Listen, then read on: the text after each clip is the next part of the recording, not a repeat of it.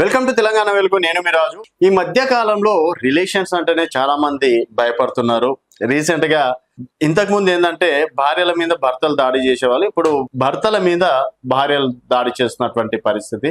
దానిపైన వెటకారంగా సినిమాలు, జోక్స్ కూడా రావడం అనేది జరుగుతుంది. ఇది మధ్యప్రదేశ్ లో జరిగినటువంటి సంఘటన చూస్తే నిజంగా ఎవరైనా షాక్ కావాల్సి. ఇంత అమాయకంగా నటిస్తూ తన భర్తని దాదాపుగా లక్షల రూపాయలు ఇచ్చి, సుఫారీ ఇచ్చి మరి చంపించింది. దానికి గల కారణం తను తిరుగుబోతూ, తాగుబోతూ, లేకపోతే 24 గంటలు పెండ్లాన్ని హింసించే మనిషి కాదు. కేవలం భార్య కన్నా భర్త నల్లగా ఉన్నాడని ఒకే ఒక కారణంతో భర్తను చంపించినటువంటి ఘటనతోటి ప్రతి ఒక్కరి షాక్ కి గురవుతున్నారు. సో ఒకసారి వివరాలకి వెళ్తే, మధ్యప్రదేశ్లోని తార్ జిల్లాలో మానవ సంబంధాలు మంటగలిగేలా ఒక మహిళ తన భర్తను అత్యంత దారుణంగా హత్య చేయించింది.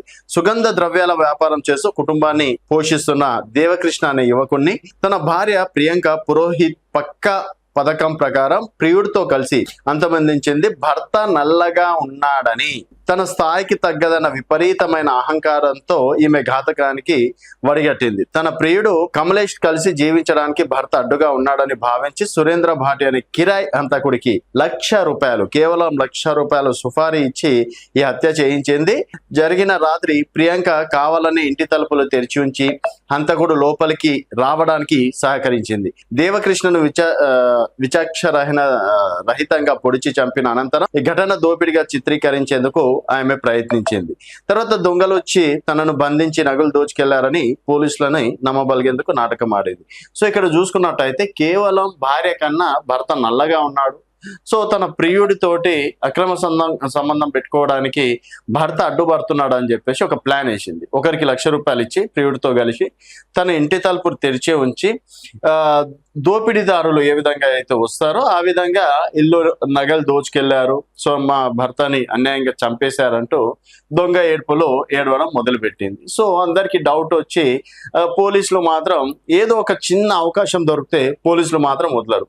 ఆ విధంగా చూస్తే నగలు మాత్రం సేఫ్ సైడ్ లోనే ఉంది, అంటే ఆ ప్లేస్ లో కాకుండా వేరే ప్లేస్ లో ఉంది. సో నగలు ఉన్నాయి, అన్ని ఉన్నాయి, ఈ విధంగా వాళ్ళ భర్తని చంపాల్సిన అవసరం ఏముందని చెప్పేసి తీరా చూసుకున్నట్టయితే అప్పుడు పోలీసులు వారి స్టైల్లో వాళ్ళు విచారించారు. అప్పుడు ఈ రహస్యం అనేది బయటపడింది. కేవలం భర్త నల్లగా ఉన్నాడు, అది నేను నలుగురు ముందల నా భర్తను నేను చూపించుకోలేకపోతున్నా అనే ఒక అహంకారంతో తన ప్రియుడితో కలిసి హత్య చేయించిందని చెప్పేసి ఒప్పుకోవడం అనేది జరిగింది. ఇప్పుడు కాస్త కటకటాల పాలయ్యింది. చాలా మంది ఆవేశంలో లేకపోతే వ్యామోహంతో వేరే వాళ్ళ మోజులో పడి ఈ విధంగా భర్తలను హత్య చేయించి తర్వాత ఎవరు అనాథలు అవుతున్నారంటే చిన్న పిల్లలు, వారికి పుట్టబోయే పిల్లలు కావచ్చు, పిల్లలు అనాథలు అవుతున్నటువంటి పరిస్థితి. సో ఈ ఒక్క లాజిక్, అంటే మనం తప్పు చేస్తున్నాం కదా, ఈ రోజు కాకపోతే రేపైనా దొరికిపోతాం కదా అని చెప్పేసి ఒక చిన్న ఇంటెన్షన్ వచ్చినా ఇలాంటి తప్పులు చెయ్యరు.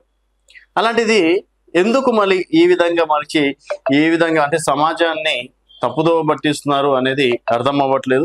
సో ఇలాంటివి జరగకుండా ఉండాలంటే సో మీరు ఇచ్చే సజెషన్, సో ఈ విధంగా భార్యలు చంపడాన్ని మీరే విధంగా చూస్తున్నారు అనేది మీ అభిప్రాయాల కింద కామెంట్ రూపంలో తెలియజేయండి. చూస్తూనే ఉండండి తెలంగాణ వెలుగు.